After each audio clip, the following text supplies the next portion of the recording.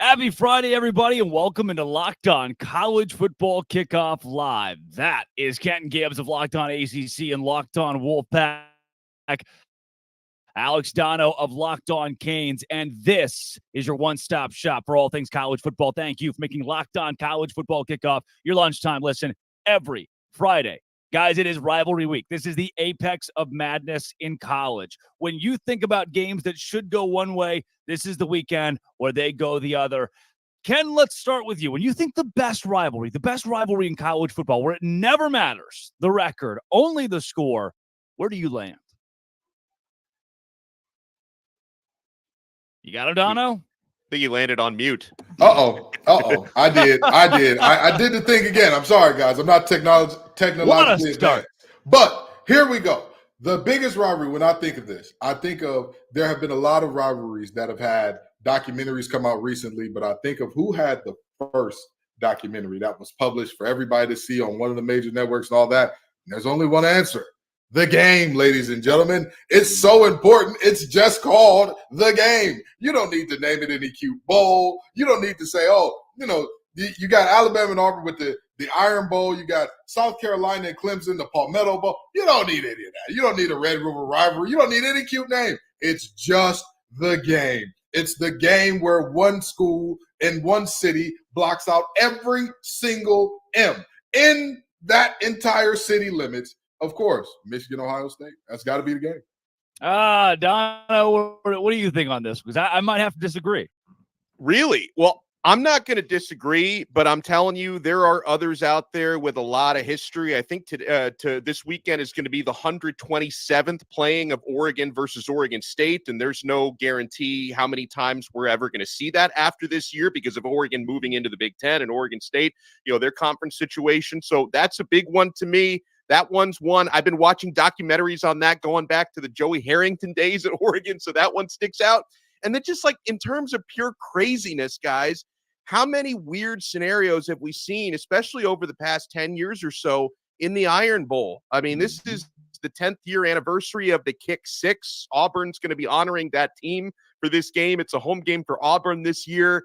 Obviously, Alabama has been a well-oiled machine during the Nick Saban era, and they've really found themselves this year, and they've still got an opportunity to get into the college football playoff. They've been playing their best football in the second half of the season, yet you still head into that game thinking, wouldn't be crazy if Auburn pulled something off. They played Georgia closer than they played New Mexico State this year, so you never know which Auburn is going to show up, right? Yeah. So crazy things happen in that rivalry as well.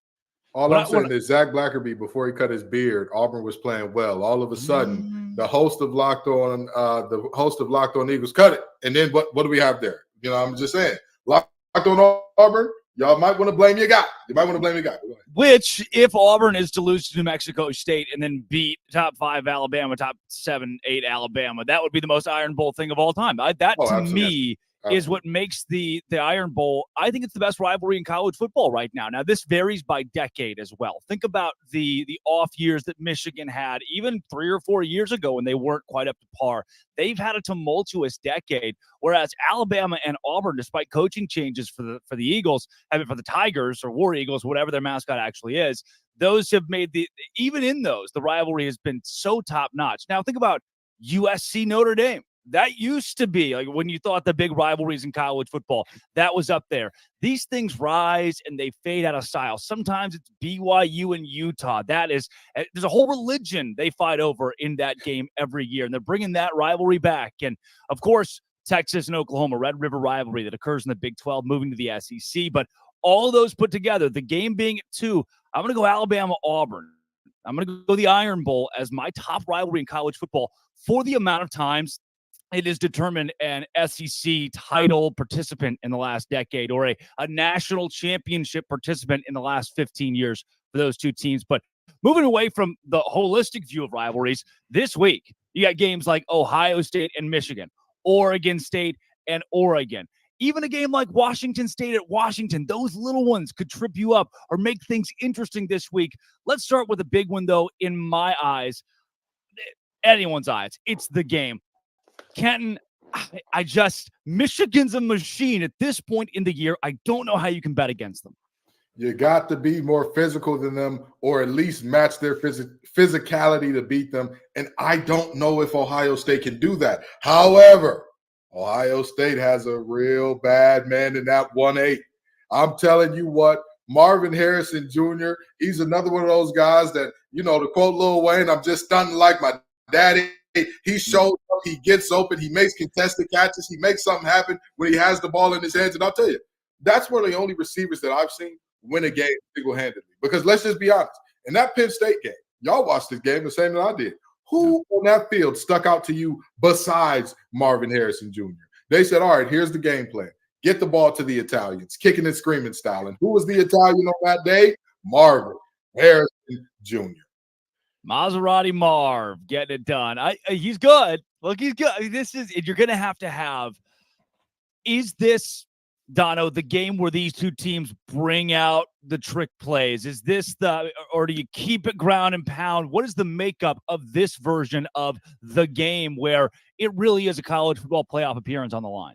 Well, I will say this game has, for more than the last 20 years, been won on the ground. The team who has the most rushing yards in this game, has won every meeting since 2001. That's the way this game has gone down. That's insane. So that shows you, I mean, obviously easier said than done, but that shows you the path to victory tends to be controlling the ground game. So I don't think this is necessarily one for the trick plays, especially since these teams are close. I've been arguing for most of the season. I feel like Michigan is the best overall team in college football. But a month ago, I would have said, I don't think Michigan gets particularly challenged by Ohio State. I'm changing my tune on that to the point where I look at that 3.5-point spread in Michigan's favor, and I wonder if Ohio State might even cover that. I don't like 3.5-point spreads, right? I can see this game getting decided by 3 points in one direction or the other. And boys, over the past month or so, for what it's worth, I know they're both undefeated, so you nitpick. Ohio State has been descending. Ohio State has been ascending, where Michigan has been slightly on the descent. Their quarterback nursing a little bit of an injury. They don't have their head coach on the sidelines again for this game. So McCarthy, how is he feeling? Cade McNamara on the other side has been playing a lot better in recent weeks. I could see Ohio State making this game really, really, really close. Obviously, I favor Michigan because they've been the better team all year long, whether Harbaugh's on the sidelines or not. But I think this game could come down to a 1-point game-winning touchdown or game-winning field goal scenario. Yeah. Guys, and I just want to say, before anybody from the Big Ten gets mad at us, he meant Kyle McCord. He knows what he meant. It was a slight slip up there. Oh, what did I say? You said Cade McNamara on the other side. My bad. What are the two? Jaden McCarthy to start. We know what we're talking about here, okay? Look at his shirt. That is a man who is knowledgeable about all things, fashion and otherwise, okay? Stuff going on that shirt, the Italian ad read guy. Should mention, too, I know we have a lot of very rabid Auburn fans that are out there. I do know that the Tigers, and that they say War Eagle, and they have the Eagle, I grew up, I repped my Arkansas gear today. It's the one, just go win. This is the week of no matter how your season has been, it's just go win. From rivalries that play in stadiums that are 50-50 to your Alabama Iron Bowl with Auburn to, we talked about the game, and then the one tonight, the Friday night game that means so much to the Pac-12 and to these two schools, Oregon State and Oregon. Dono, I'll be glued to this one. It's kind of your marquee game you set aside for Black Friday. This is one of those where in Oregon are big favorites in this game, and you just have to wonder how much is that rivalry aspect going to come into play. Now, when you talk about quarterbacking, Bo Nix, he's like 24, 25 years old, but in his 6th year, he's having his very best year, and he's right in there at or near the top of the Heisman conversation. Oregon is the better team. There's still a path to the college football playoff for them and a path to a conference championship. I just look at it like they can't slip up tonight, guys, and I don't think they're going to slip up. But again, this is one of those rivalries where sometimes you can throw the records out and you can throw the spreads out. Yeah. Kenton, what do you see in this one? Do you think Bo Nix blows it away? Here's the thing. I think that Oregon wins it, but I think this spread is much too big. 14 points is insane. Let me tell you something. This Oregon State team can run the ball. I don't care what the conditions are. I don't care what's going on. If they can't do anything else, they're coming downhill, no frills, with one of the bigger, more powerful, more explosive backs in the conference and in the country. And they're going to do so successfully. Now, we have seen Oregon stop the run successfully multiple times. So you say to yourself, well, Damian Martinez won't be a big problem. Not so fast, my friends. We have seen this time and time and time again. The minute you count out Oregon State, the minute you say the Beavers have got nothing for us, boop, a little Beaver flash, they're there. They're going to get the job done. And I don't think that they win this game, but I think it's much closer than 14. Boom. Look, I have already this is the weekend of college football for me. And for many teams, it's the last weekend of college football. This marks the end of the season for effectively half the fan bases in the FBS. But two of those that don't have to worry about that, Ohio State and Michigan. Let's break it down more in depth with Locked On Wolverines host Isaiah Hole.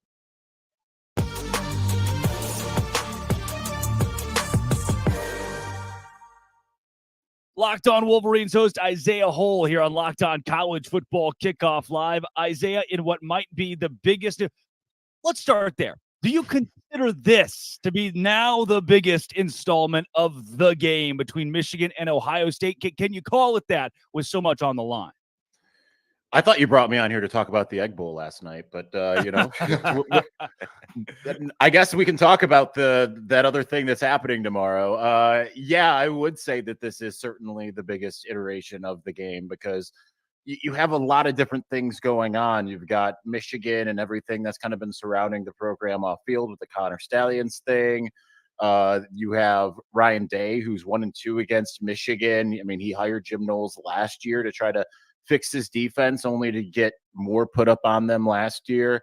You've got Jim Harbaugh not being on the sidelines. You've got J.J. McCarthy, who I'm hearing from a source, kind of a third-party source, but I'm hearing from a source that J.J. didn't practice last week, which kind of could explain a little bit of why with his knee injury, why perhaps he did not look nearly as crisp as he has through most of the season.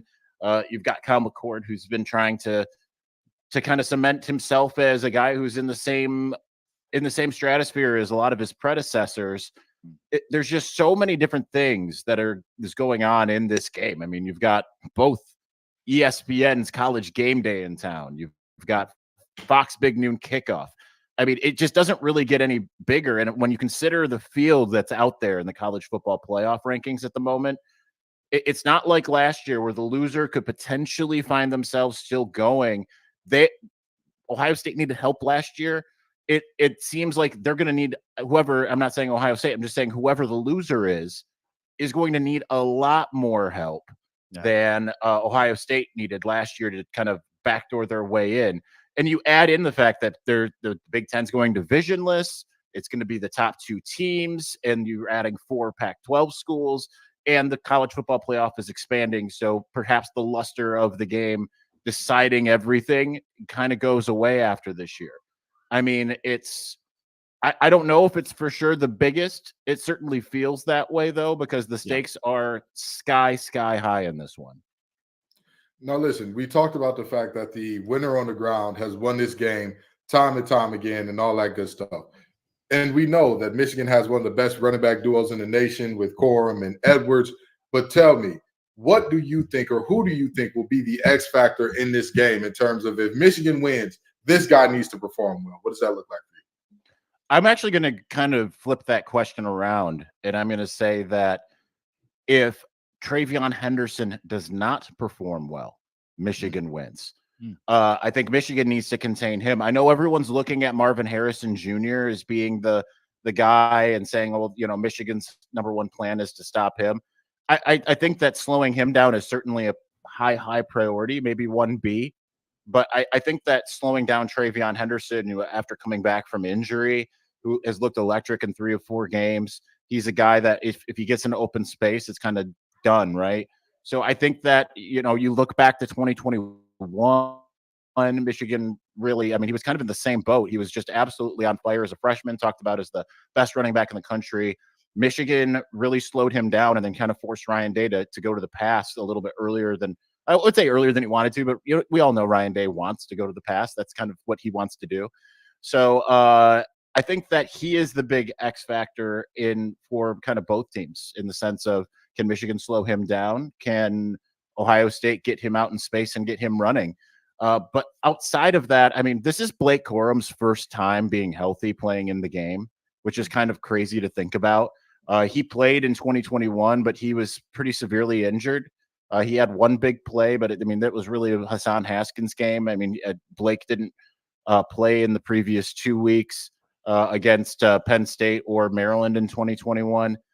This time he comes in healthy. Last year, Donovan Edwards hadn't played in the previous weeks and then comes in with the club in his hand, unable to be involved in the pass game, but certainly obviously showed some electricity in the run game late in that game. So that I think is going to be an interesting matchup. Ohio State's defensive front is no joke, but obviously Michigan's got the offensive line it hasn't quite lived up to that Joe Moore award-winning offensive line we've seen each of the last 2 years. But certainly against Penn State, when seemingly somewhat by necessity, whether it was the pass protection, JJ's injury, all that kind of stuff kind of combined, Michigan went to the run against the team at the time that was number one in the country at stopping the run. And was it like absolutely gashing them? No, but they got big runs that we kind of hadn't seen all year. The Michigan run game tends to step up kind of when called upon. I think back as well, Nebraska, no one's going to write home about Nebraska really. But when Michigan played Nebraska earlier in the year, that was the number one run defense in the conference. I believe they were number 2 in the country at that time. They're still ranked really highly. Michigan ran the ball very, very well, and that opened up things against in the pass game. So certainly that's going to be Michigan's MO. It's just going to be how improved is the Ohio State defense at stopping it. And for Michigan, the big key to me, above all else, is slowing down, if not stopping, Travion Henderson.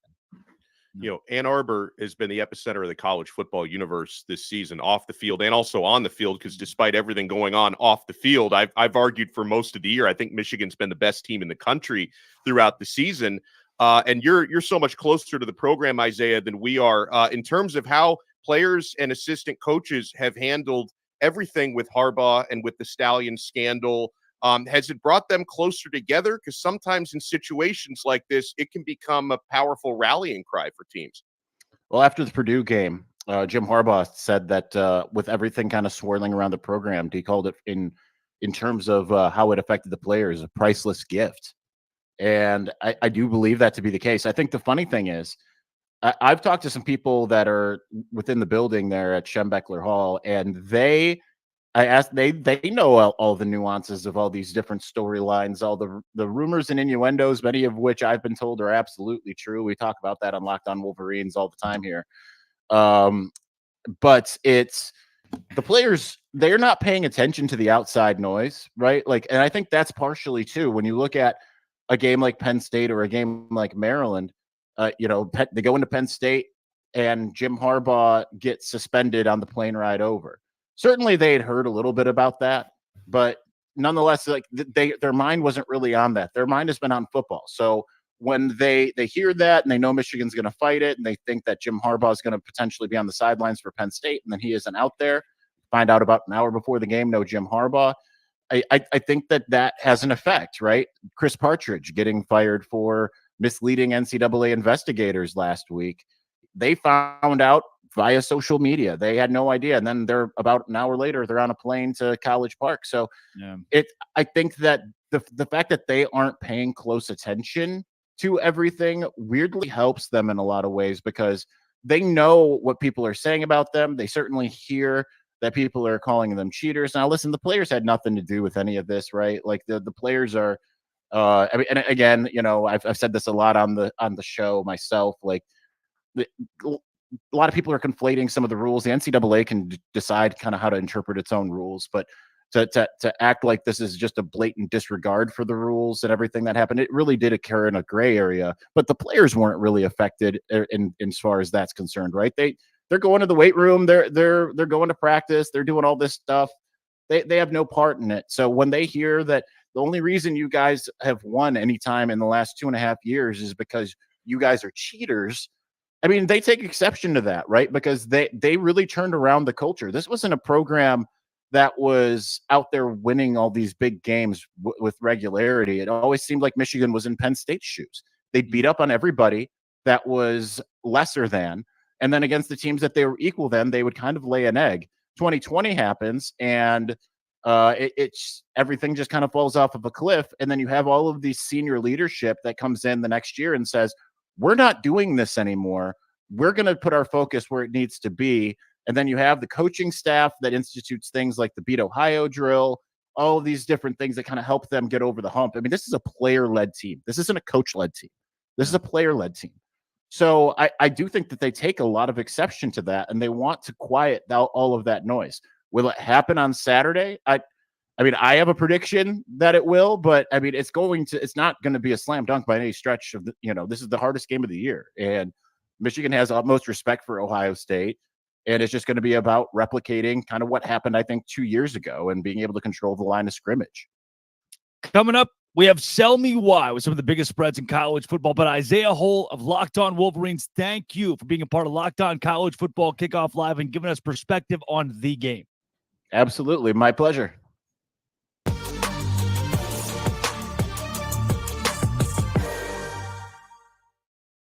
Guys, you have to be checking out Game Time. If you've ever had a frustrating last-minute ticket buying experience, that can become a thing of the past when you download the Game Time app. Guys, their best deals are last-minute ticket deals, flash deals, zone deals, whether it's a sporting event, a concert, a musical, a comedy show. You can find everything at Game Time, and they're going to pop events in your area right to the top of your screen to make things even easier. And folks, the Game Time guarantee.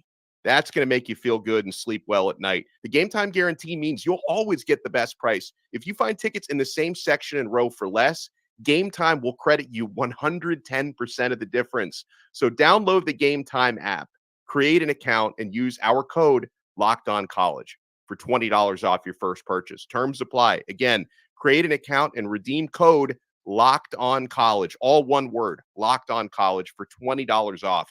Download Game Time today. Last-minute tickets, lowest price, guaranteed.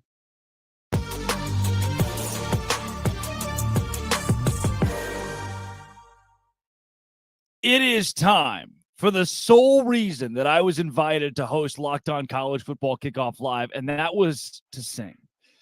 Tell me why. Auburn, Alabama, the Iron Bowl this week. The Auburn Tigers are 13.5-point underdogs against the number 8 team in America. We kick it to my dad, Zach Blackerby of Locked On Auburn, to sell us why the Tigers can cover 13.5.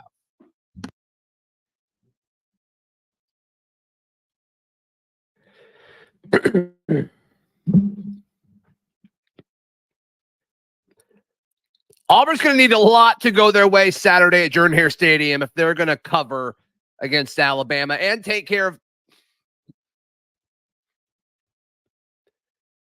Auburn's going to need a lot to go their way in the Iron Bowl. I'm Zach Blackerby, host of Locked On Auburn. I'm going to sell you why the Auburn Tigers can take care of business against the Alabama Crimson Tide. And let's just be very clear here. Alabama does not like playing at Jordan-Hare Stadium. They do not like coming down to Auburn to play that half of the Iron Bowl. And I think with the way Auburn's defense has played down the stretch, with the exception of last week against New Mexico State, I think they can do some things that will slow Alabama's offense down. So then all the attention turns to Peyton Thorne and Jarquez Hunter. Jarquez Hunter will get more carries than he did a week ago and will be able to move the football against the Alabama Crimson Tide. This game is weird, and it's always weird in Jordan-Hare Stadium. Just 2 years ago with Brian Harsin, it went to 4 overtimes, and Auburn's a much better team in that now than they were in that game, and Alabama's probably not as good of a team as they were in that game. This game's always close in Jordan-Hare Stadium. I expect that to be the case. Auburn covers the 13.5-point spread, courtesy of our friends at FanDuel. Check out all your Iron Bowl coverage at Locked On Auburn. I know Zach was very nervous to join us today, so I'm glad that we got the nerves shaken out, and he was able to give us he was able to sell us why. Dono, look, I am of the mind. We've had a couple of these games this season where, on paper, Auburn loses this game by 2 touchdowns, if not more. Alabama's the much better team. Auburn did just lose to New Mexico State by 21 points, 31-10. But I'm sold in the fact this is one of those few games where the host can say, yeah, they're going to cover because it's a rivalry game. this is the matchup where that applies, where Auburn could be a 21-point dog and take it to overtime. I still think 14's too much. Especially in Jordan-Hare Stadium. And by the way, Zach sold me YE. I thought he did an excellent job with that. And no, I'm buying Auburn. And listen, part of it is the fact that, in a rivalry game like this, betting Alabama minus 13.5 really is no fun. I root for chaos. And this matchup, you talked about this, Drake. You said this is your favorite rivalry in college football. Yeah. Chaos rules in this matchup. And I'm also, with Auburn, I like the opportunity to buy low because, they're coming off of one of the more catastrophic losses in program history. I usually tend to like to buy low. Maybe they were looking ahead to this game last week against New Mexico State. There is no more looking ahead. This is it. This is the big one for them every year. It's a home game. I'm taking Auburn plus 13.5. I think Alabama wins the game. They might win it by one score. They might win it in overtime. Something wild's going to happen, but I am buying Auburn plus 13.5. Kenton, question from the host with hair in the front row. Mm-hmm. The idea that these rivalry games can be anybody's game. As someone who has played in these rivalry games, why? Why is this a thing? Why are there just matchups where it's the other team, the color of the jersey, the name across the chest, that just makes things weird? Because you absolutely hate those teams. And it's something different. It's something different, right? Like, you can feel a personality shift from coaches sometimes in terms of like, we're not just playing the Island of Misfit Toys University in week 1 as a tune-up. We're playing that school that if we were to go 1-11 on this season, or if we were to go 11-1 and lose to these bozos, there's going to be a problem. Now, here's the thing. Zach Blackerby was a little nervous to join us. He didn't do a great job of selling me his case, but the history sold it for him. The reality is, in these games between Auburn and Alabama, especially in that old town of Auburn, in Jordan-Hare, you see these games be ridiculously close. I've looked up how many games in total for either side were outside of this 13.5 for either side. I believe there was only 1 or 2 in the last 10 in Auburn. So I believe that Alabama wins. I believe in Money Mill Row. I believe in Kool-Aid McKinstry. I don't believe in a blowout in this game. Zach, you were nervous, but you sold me YE. Well, and let me add something else when you talk about in-state rivalry games. And obviously programs like Alabama and Auburn do a lot of national recruiting, but still much of the bread and butter on your roster are players from the area. I'm talking to players, obviously I cover the Miami-Florida State rivalry every year, talking to players over the years on both sides. One of the common topics that always gets brought up is a lot of these players grew up playing against each other or as former high school teammates who now line up on the opposite side of that rivalry. That's absolutely the case in the Iron Bowl as well. That's one of the reasons why you can throw out the record, because obviously Bama, much better team, but there are players on the Auburn side that say, hey, that guy who's lined up for Bama, I beat that dude in high school. I matched up against that dude in high school. I beat him then. I can beat him again. That's one of the reasons why these in-state games tend to come down to the wire. Auburn has also won 3 consecutive SEC football games. People forget due to that game last Saturday, but Auburn was on a roll headed into New Mexico State. Auburn, Alabama, I think we're all in agreement. We're sold. Auburn covers a couple of scores this week. How about we keep it in the SEC in a game where both teams don't have their starting quarterback? One team looking to finish the regular season undefeated. The other just wants to go to a bowl game and maybe keep its head coach. We turn to Brandon Olson of Locked On Gators to sell us why Florida can cover 6.5 against Florida State. The Florida Gators can cover and will cover the 6.5 point spread against the Florida State Seminoles. Because look at the quarterback situation right now. Tate Rodemaker for Florida State replacing Jordan Travis. Max Brown for Florida replacing Graham Mertz. Look at what they did last week. Max Brown went on the road against number 9 Missouri, losing, brought this team back and gave them the lead. And then the Florida Gators defense playing against an offense that is going to be better than Florida State, especially without Jordan Travis at the helm. They came back and they took the lead. But this Florida Gators offense, they're still going to be fine. In fact, they might be better, more deep shots, a dual threat quarterback there. Florida can cover this. It's a rivalry game. It's in Gainesville. It's going to be close. It's going to be ugly. It's going to be messy. And Florida is going to cover a 6.5 point spread. First and foremost, I don't like this game. I don't think this is going to be a very fun football game to watch. And I can remember, you'll think back, 6 or 7 years ago, Florida sucked, Florida State sucked. I think they were both around 5-6, 6-5 going into the matchup. And it was just a bad, gross football game. Now, much different. Florida's in that spot. Florida State is not, but due to quarterback injuries, I see this one being so ugly. I'm going to give Brandon a pass here. Kenton, I see it being so ugly that Florida can cover.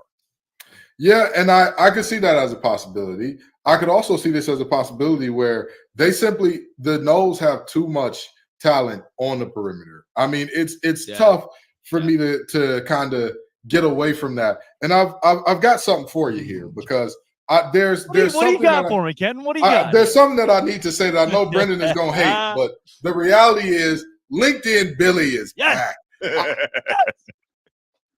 Good.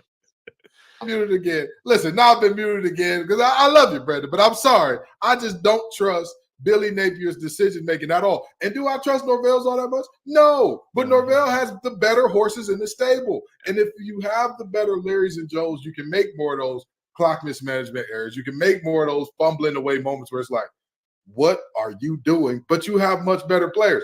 I don't think that Florida will cover at all. I love you, Brandon, but they're not going to cover in this one. Dono, they just want to go to a bowl game, man. Please tell me they can go to a bowl game. See, no. And it's not because of what Brandon said. He did about as good of a job as you can do trying to sell me why. It's the number that I don't like because Florida State, they're more than 6.5 points better than Florida. That's just the bottom line, right? Yeah. And listen, you're down to 2 backup quarterbacks. I know losing Jordan Travis is the bigger loss than losing Graham Mertz, but Rodemaker has something that Max Brown doesn't have enough of, and that's experience. He's, I think, a 4th-year junior, even a 5th-year junior, because the COVID year always confuses me. He's been in college football for a very, very long time. He's got to manage the game. He's got to get the football to Keon Coleman, who's just a stud of all studs. He's got to get the football out to his playmakers. And then when you talk about perimeter, Kenton, it's on both sides of the football because Florida State's defensive backfield, their press man coverage, they're going to give Max Brown and Florida a really, really tough time in this game. I could see this game being ugly because, again, you're down to 2 backup quarterbacks, and it's unfortunate people don't get to watch Jordan Travis do his thing, and I wish him a speedy recovery. I say that despite the fact he plays for a rival of the team I cover. I never want to see anyone get hurt, and that looked ugly last week. But Florida State is more than a touchdown better than Florida. They're going to cover.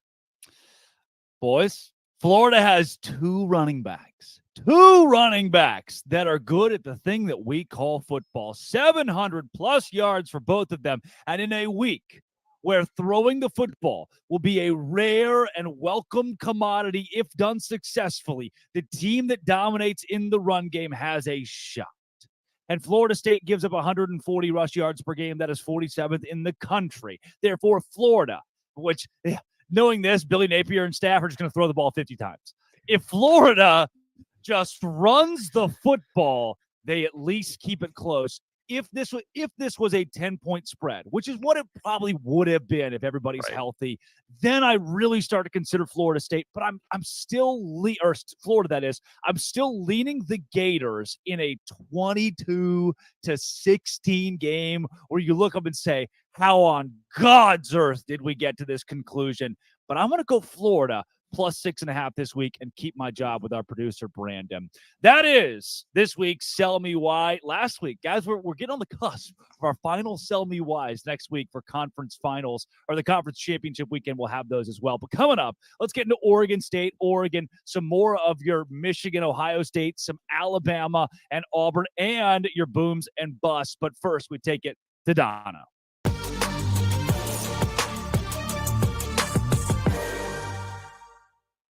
Passion, drive, and patience. What brings home the winning trophy is also what keeps your ride or die alive. eBay Motors has everything you need to maintain your vehicle and level it up to peak performance. From superchargers, roof racks, exhaust kits, LED headlights, and more. Whether you're into speed, power, or style, eBay Motors has got you covered. With over 122 million parts for your number one ride or die, you'll always find exactly what you're looking for. And with eBay Guaranteed Fit, your part is guaranteed to fit your ride every time or your money back. Because with eBay Motors, you're burning rubber, not cash. With all the parts you need at the prices you want, it's easy to turn your car into the MVP and bring home that win. Keep your ride or die alive at ebaymotors.com. Eligible items only. Exclusions apply. eBay Guaranteed Fit only available to U.S. customers.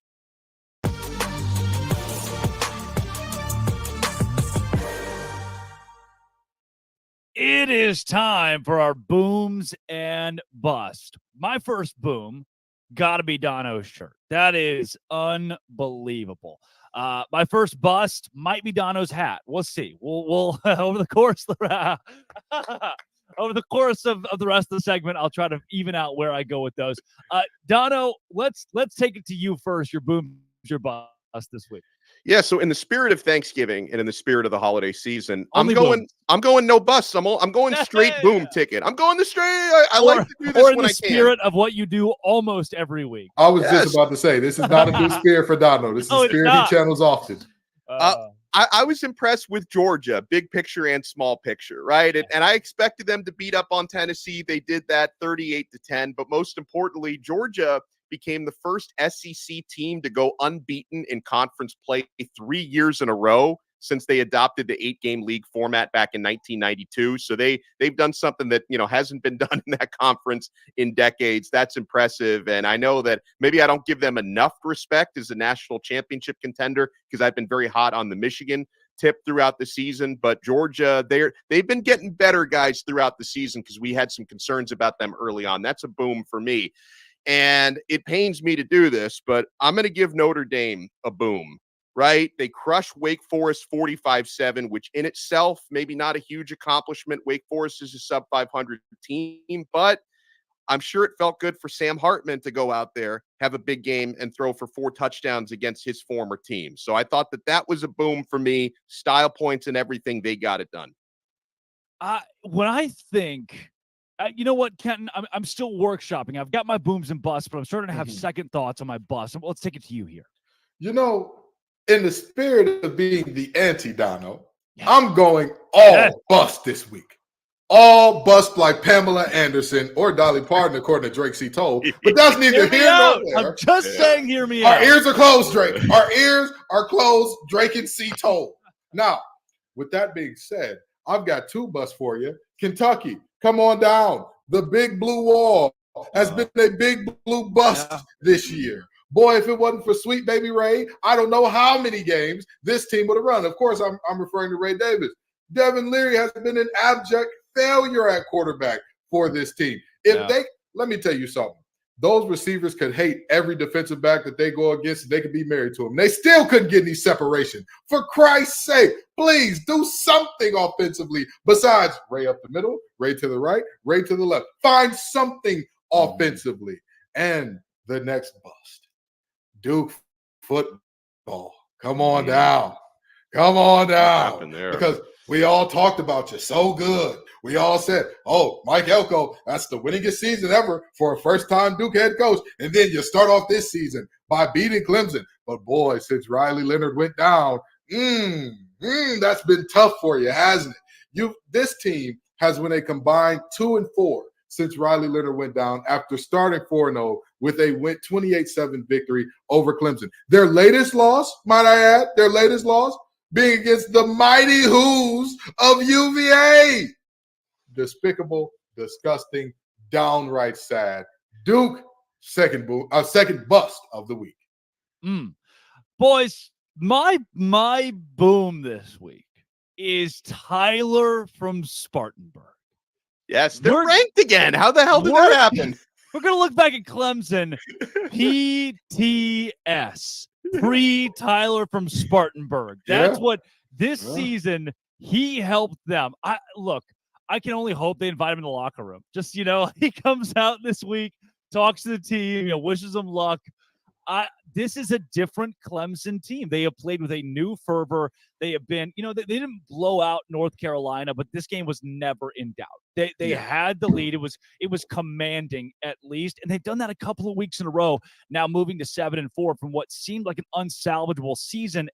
8-4 would be a big win for Dabo's team that was floundering a couple of weeks ago. So I don't know if I can give Clemson itself a boom this week, but I'm going to give Tyler from Spartanburg my boom. And I'm going to give another boom to the thicker kicker. Florida goes, I mean, they've got the upset in hand. They're going to upset a top 10 team on the road in Columbia, and Harrison Mevis. Now, granted, he didn't set up the drive to hit the field goal, but he just keeps doing this to folks. The thicker kicker from Missouri. Never trust a college kicker unless his name is Harrison Mevis. He has been lights out for the Tigers. He's one of my booms this week. Now for my bus, Utah. Kyle Whitting. This team owned the Pac-12. Two-time defending Pac-12 champions. Can you take the crown? The last ever Pac-12 championship. Can you do it? They're far from it. They got dominated by Oregon State earlier this year, and then this week it wasn't even competitive from kickoff against Arizona. Utah has been so disappointing at 7-4. Moving into the Big 12, they're no longer the player in the new Big 12, which they could have asserted their dominance to do so. Now, guys, this would have been a wild thing to say 8 weeks ago.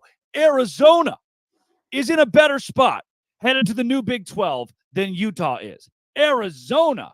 Last but not least, I'm going to give a bust to Washington. And I know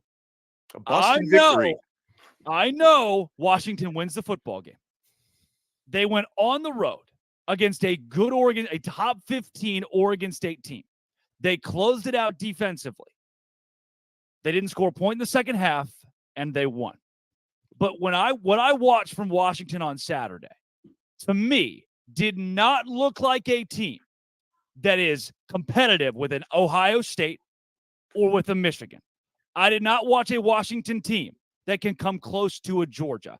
And I keep seeing, look, Michael Penix Jr. didn't, where did he go? Apex of the Heisman conversation. And now we've started to turn our attention to other people across. Bo Nix is getting more hype than Michael Penix Jr. for a guy that I thought could walk away with this trophy 3 weeks ago. And he throws for 160 yards against Oregon State. Where is my Heisman moment? Where is my Heisman moment from him? It's going to become what last year was a statistics race. There wasn't a Heisman moment for Caleb Williams. He just blew everybody else out of the water statistically. Jaden Daniels is staring down the barrel of that because Michael Penix Jr. he's just not finishing the year strong enough to take that trophy away. Ken, I see it in your eyes. You have some sort of commentary here. I'm devastated, disappointed by it because I was the only person that picked Washington to win last week. That's a game where both of you saw them walking out of Corvallis with a loss because what it was snowing. About? Because of the weather. Didn't I pick Washington?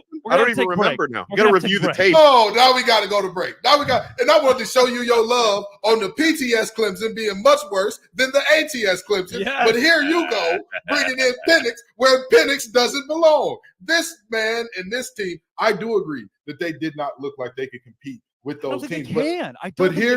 Here's my belief. Every team has 3 types of games, okay? You have your best game of the year where you're firing on all cylinders. Nothing you can do goes wrong. You kick it off the upright, it bounces in. And then you have your worst game of the year where everything goes wrong. Your handoffs are sloppy. Your footwork is sloppy. You can't block nobody. You can't stop nobody. But other than that, you're fine. And then you got all the other games in between where that's who you are. We've seen who Washington is time and time and time again. And how can we say that this Oregon team looks special, looks ready to compete, looks ready to do all the things if this Washington team beat them? And that was one of Oregon's best games of the year. It's not like we watched them and like, oh, Oregon is pissing down their leg. They're just playing completely uncharacteristic ball today. Yeah. Don't get me wrong. The Heisman should be Jaden Daniels because I don't believe it's a team reward. I believe it should go to the best player in college football, which I believe he is. But with that being said, this Washington team being a bust, it's just, I just don't understand. You're hurting me here, Drake. Let me ask Drake a follow-up because what he's saying about Washington, it's interesting and a little ironic that this is the week that they jump ahead of Florida State and get in the top 4.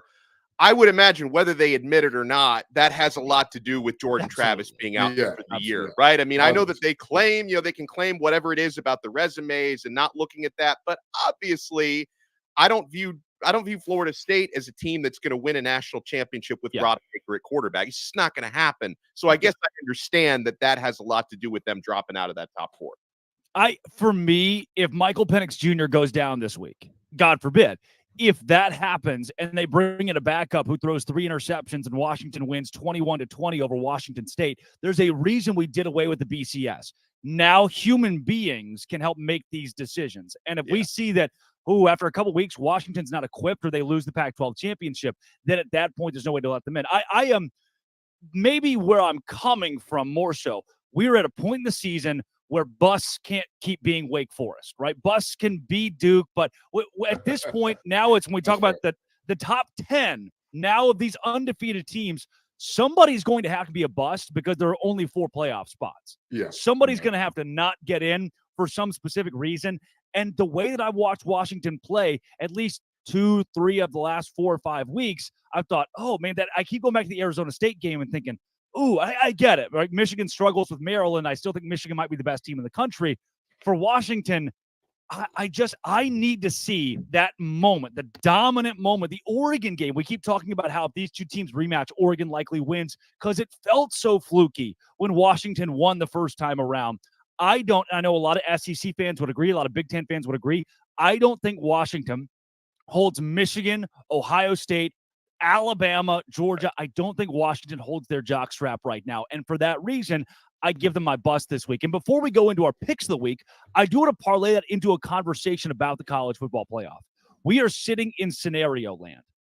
Georgia, Ohio State, Michigan, Florida State, Oregon, Washington, Texas, Alabama all have a shot at the college football playoff. Oh, and by the way, Louisville's sitting there too. They need some stuff to happen, but they're right there. There are 9 teams coming into this week that are all hoping for a college football playoff, which might be the most that I can remember going into rivalry week that had a legitimate case to make their way to that Final Four. Ken, how do you sort this thing out? If you had to choose, do you see a definitive 4? So here's the thing. I really don't see 4 that are head and shoulders above regardless of the next 2 weeks goings on and happenings. Like, let's just be honest, right? If Oregon loses to Oregon State this week, even if they beat Washington in a rematch, do you feel good about saying, hey, you all are in now?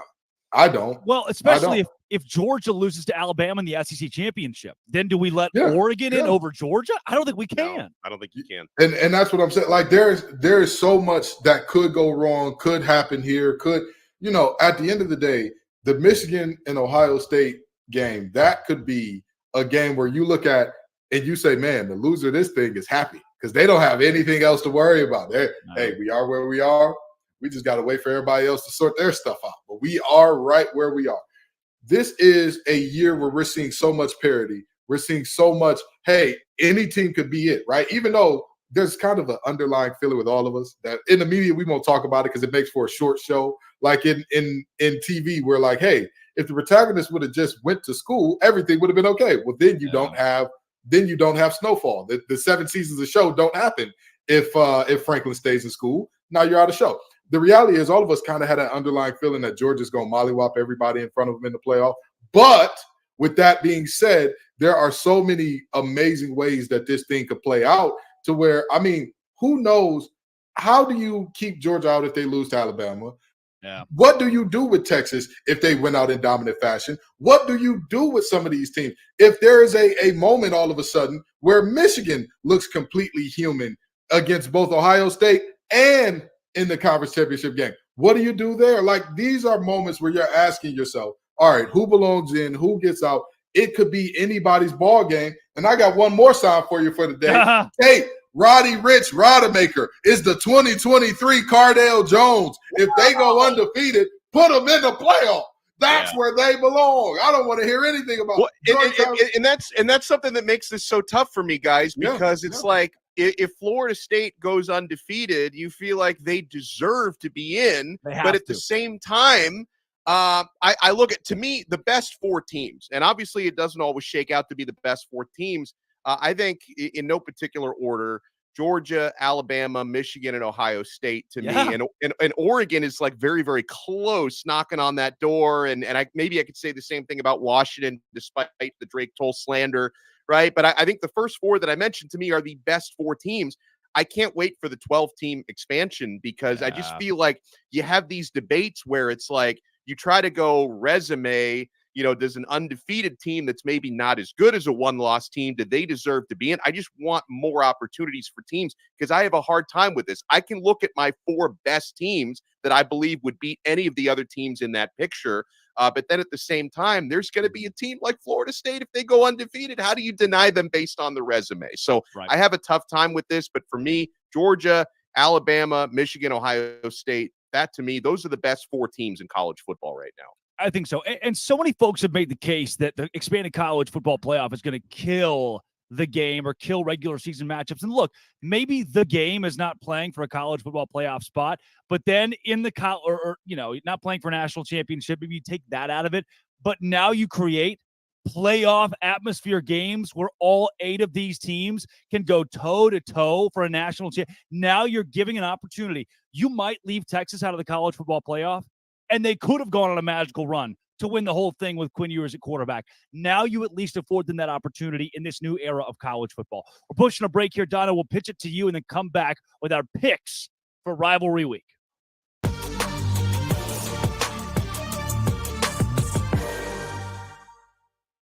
I used to get nervous about buying last-minute tickets. Now, man, I look forward to it because I get the best deals at game time. I can remember recommending somebody $1 tickets to a major college football game earlier this season. They were thanking me for weeks after that. You shouldn't have to worry when you're buying tickets to your next big event, whether it's a sporting event, a concert, a musical theater show, a comedy show, killer last-minute deals, all-in prices. You can see views from your seat right there on the app. And the best price guarantee. Game Time takes the guesswork out of buying tickets, guys, especially this holiday season. You want to give the gifts of tickets to a friend and family member. You got to keep in mind the Game Time guarantee, which is going to give you peace of mind. That means you'll always get the best price. If you find tickets in the same section and row for less, Game Time will credit you 110% of the difference. So download the Game Time app, create an account, and use code LOCKEDONCollege for $20 off your first purchase. Terms apply. Again, create an account and redeem code LOCKEDONCollege. All one word, LOCKEDONCollege for $20 off. Download Game Time today. Last minute tickets, lowest price, guaranteed.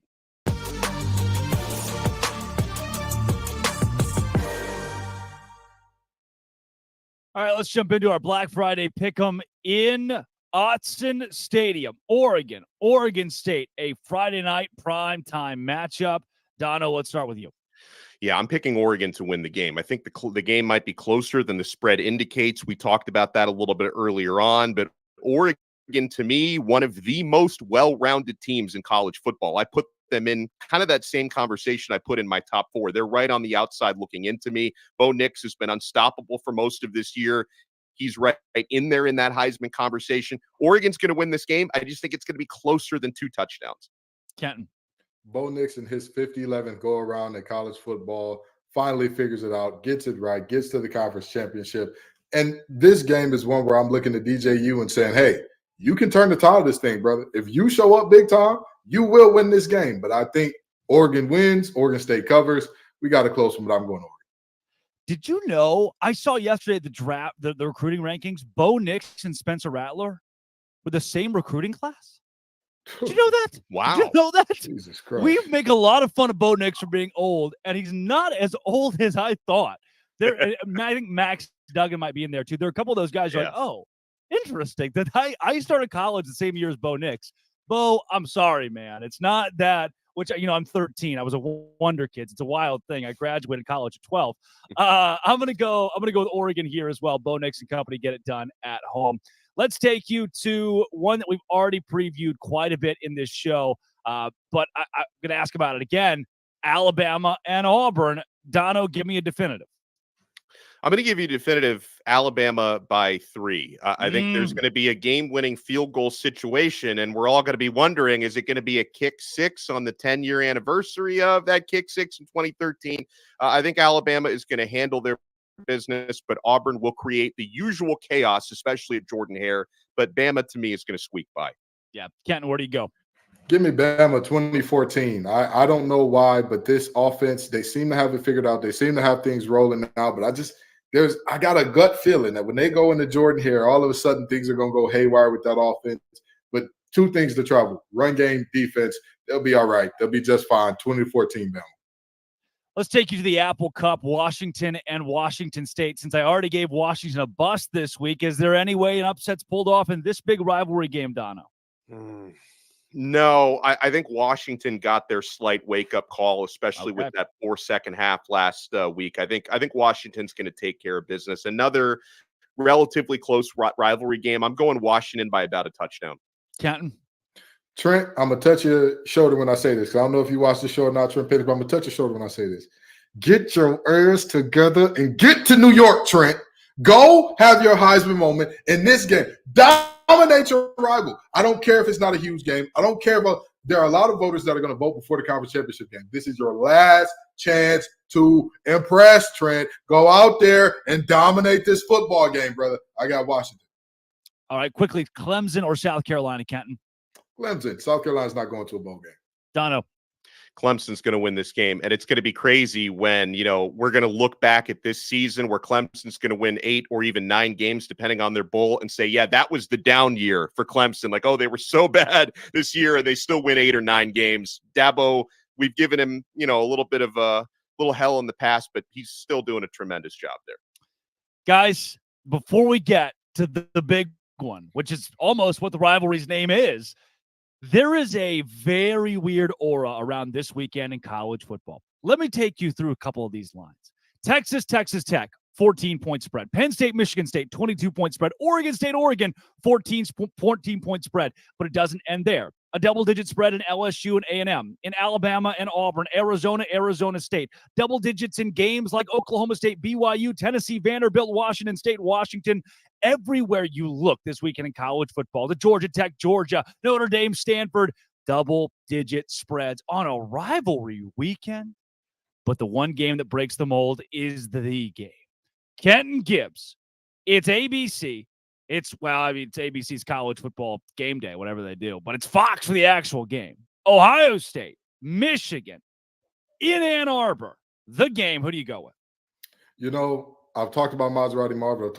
We've heard about Henderson, and we're hearing about Kyle McCord getting it together. That defensive line of Ohio State is turning it on and all that good stuff. Michigan going through so much turmoil, firing coaches, firing assistants, firing staffers, no more sign stealing. Give me the boys in the winged helmet. Too physical, too tough. Running game with 2 backs, 2 foam baby Keem, double cellular in that backfield. I got Michigan winning a close one, and Blake Corum having a moment that he's not going to go to New York, but if he did have that type of season, this would be his Heisman moment. All right, Dono, how do you feel? We've been saying Michigan might be the best team in college football. Can they prove it again this week with a maybe okay quarterback? I've been trying to talk myself into picking Ohio State for the last few days, just because I don't know. There'd be something fun about seeing them pull off that mild upset. They've got the 2-game losing streak to Michigan, everything going on in Ann Arbor. But I agree with Kenton. I think the physicality is going to be the difference here. And as I mentioned, the team that runs for more yards has won every matchup in this rivalry since 2001. It's hard for me not to expect Michigan to be the team that does that this time around. But I might even lock in Ohio State plus 3.5 if I can still get that number by tomorrow. I think it's going to be really close, but I just see Michigan edging it out.